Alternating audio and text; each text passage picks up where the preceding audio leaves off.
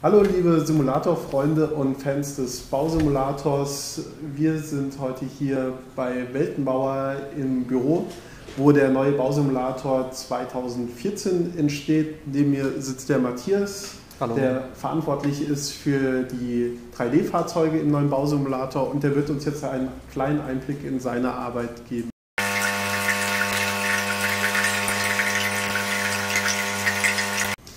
So Matthias, dann zeig doch mal, wie denn so ein Fahrzeug entsteht. Was ich ja hier sehe, ist ein Kranhaken.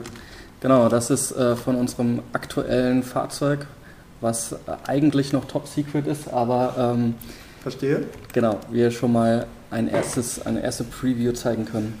Okay, zeig doch mal, wie denn so ein Kranhaken aufgebaut ist oder so ein 3D-Objekt, was dann später im Spiel zu sehen sein wird.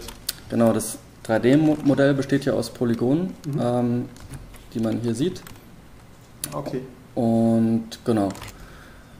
Hast du dafür eine Vorlage gehabt oder wie kommst du da zu dem 3D-Modell?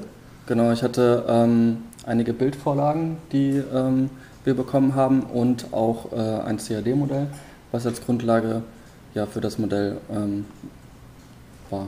Okay. Ah, sehr schön. Und wie kommst du zu den roten Streifen da drauf? Also das wird Textur genannt wahrscheinlich, ne? Genau. Man muss vor das Objekt aufklappen im Prinzip. Das geht über das UV-Layout. Das sieht so aus. Viele Knöpfe. Ja. Das sieht schon mal sehr technisch aus. Sehr exakt. Und genau da habe ich im Prinzip jede Fläche einzeln und kann die sozusagen auf eine 2D-Textur dann mappen. Okay, dann zeig doch mal diese 2D-Textur. Genau. Das sieht dann so aus. Okay, jetzt befinden wir uns in welchem Programm? In Photoshop. Okay.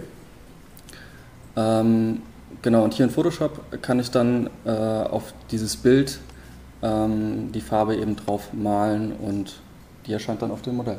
Okay, sehr gut. Wenn das jetzt fertig modelliert ist, das Objekt, ich glaube, das andere Programm war 3D Studio Max, richtig? Richtig, genau. Genau, switch doch mal da rüber. Wenn das jetzt hier drin fertig erstellt worden ist und mit einer Textur und einem UV-Layout versehen ist, wie geht es denn dann weiter? Genau, dann bringen wir das Objekt in unsere Engine, das ist Unity. Es wird exportiert und genau, und dann nach Unity gebracht. Dann sehen wir es ja wieder. Sehr schick. Kannst du hier nochmal auch die Wireframe-Ansicht anschalten? Okay. Und jetzt sieht es ein bisschen anders aus, wie gerade noch in 3D Studio Max.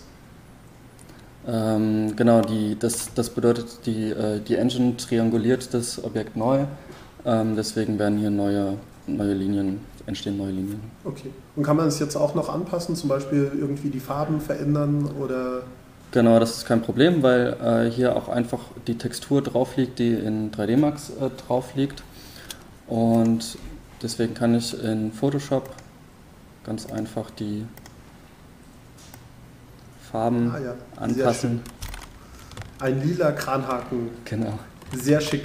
Das ist wahrscheinlich nach sämtlichen DIN-Normen dieser Welt verboten. Ja.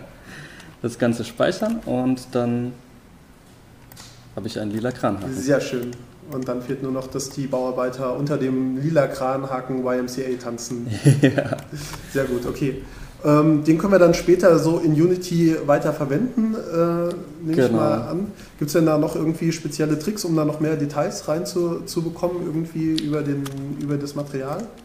Genau, also wir hatten ja ein CAD-Modell, was wir bekommen haben, und dieses haben wir verwendet, um eine Normal Map zu generieren, um so Sachen wie diese Details. Okay. Das heißt, diese Details, die sind jetzt nicht in dem Objekt mit drin, sondern werden nachträglich aufgebracht? Exakt, genau. Also gerade auch diese Kanten hier an der Seite, ja, die die Rundung geben, die gibt das Modell nicht her, weil wir, genau. Dann zeig doch nochmal die Normal Map, damit man davon nochmal einen Eindruck bekommt, wie die aussieht.